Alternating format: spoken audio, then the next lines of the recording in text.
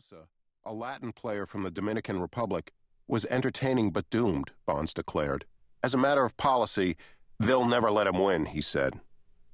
As he sometimes did when he was in a particularly bleak mood, Bonds was channeling racial attitudes picked up from his father, the former Giant star Bobby Bonds, and his godfather, the great Willie Mays, both African-American ball players who had experienced virulent racism while starting their professional careers in the Jim Crow South.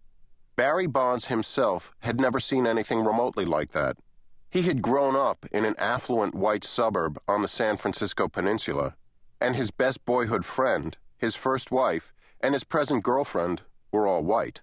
When Bonds railed about McGwire, he didn't articulate who they were, or how the supposed conspiracy to rig the home run record was being carried out.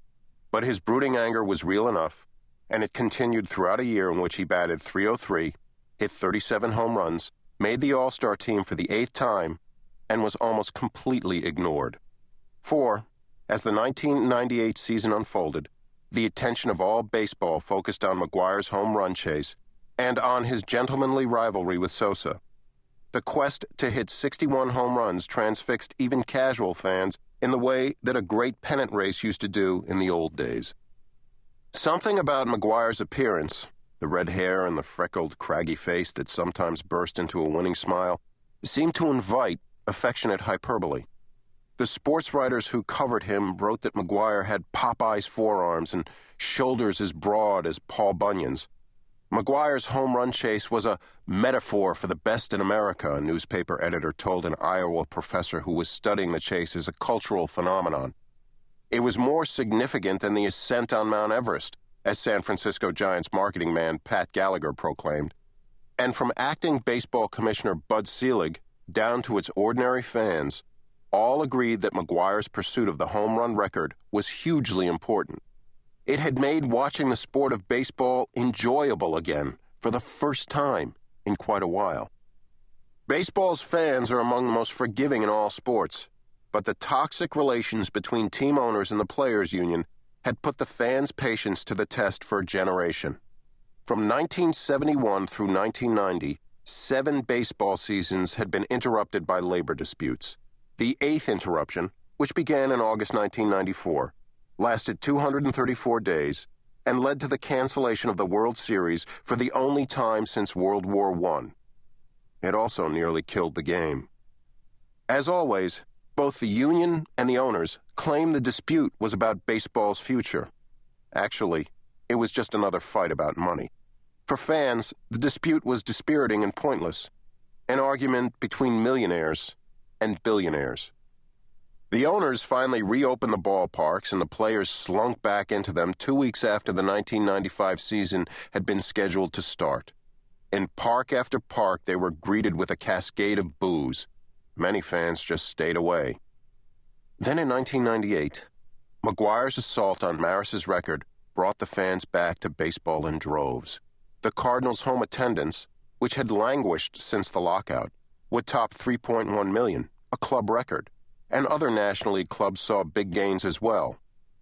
In August, when McGwire had already hit 43 bombs, a veteran Associated Press writer named Steve Wilstein stopped by the big Cardinals locker in Busch Stadium.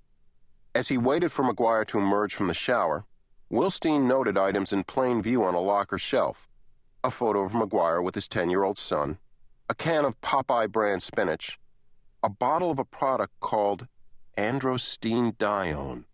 Wilstein assumed it was some sort of vitamin. But andro was more than that. The product was a testosterone booster marketed by Patrick Arnold, a renegade chemist who was pioneering the development of steroids that would be undetectable by the most sophisticated laboratory tests.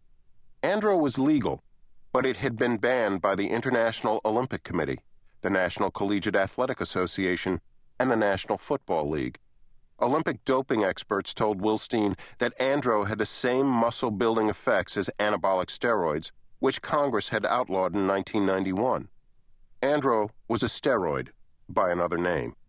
In the Olympics, using andro was considered cheating. Users who got caught were banned. Baseball, however, had no rules against steroid use and a different attitude about cheating. From corking bats to doctoring balls, to hiding a coach with binoculars in the scoreboard to steal signs, the impulse to cut corners was almost as old as the game itself. Perhaps because of the sport's antipathy to weightlifting, steroids were slow to catch on. For much of the game's history, players were discouraged from pumping iron lest they lose the flexibility and quick wrists needed to get around on the pitched ball. That began to change in the mid to late 1980s. By his own account, the typhoid Mary of steroid use in the big leagues was the Cuban slugger Jose Canseco, the first player to hit 40 home runs and steal 40 bases in the same season. Canseco was also McGwire's teammate on the dominating Oakland Athletics clubs of the 1980s. In 2005, out of baseball, financially strapped and on probation for assault, Canseco would write a confessional memoir claiming to have single-handedly changed the game of baseball by popularizing weight training and performance-enhancing drugs. Canseco said his own career proved that strength conditioning, when combined with steroids and human growth hormone, translated into a higher batting average and more power. He claimed that drugs could transform a good player into a great one.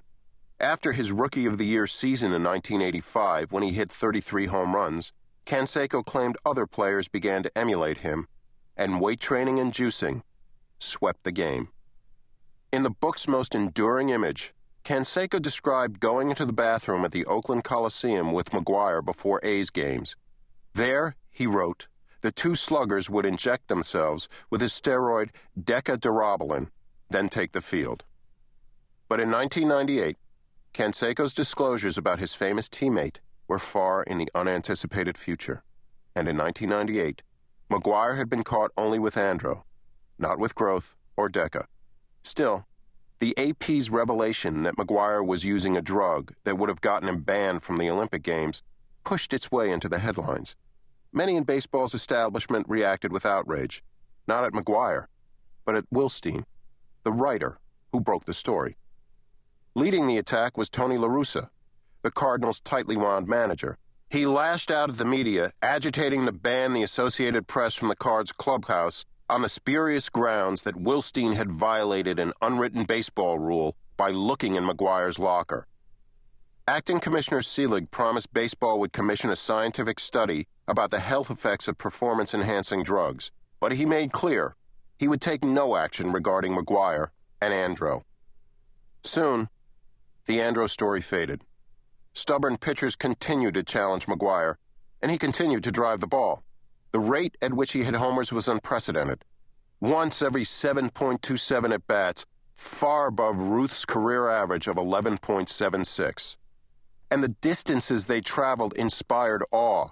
At Busch Stadium, where the center field fence was 402 feet from home plate, he hit a 545-foot shot that slammed into a seat in the second deck. The club marked the spot by painting a big picture of a Band-Aid there. A home run in the thin air of Denver sailed out of Coors Field, bounced through the players' parking lot, and finally came to rest against the fence 700 feet from the plate. McGwire hit number 62 on September 8th in St. Louis, amidst a wild celebration and before a national TV audience, and then continued hitting bombs, 5 of them in his final 11 at-bats, including 2 on the last day of the season, to finish with 70, 4 ahead of Sosa. In 36 seasons, no baseball player had topped the 60 home run mark, and now 2 players had blown past it in the same year.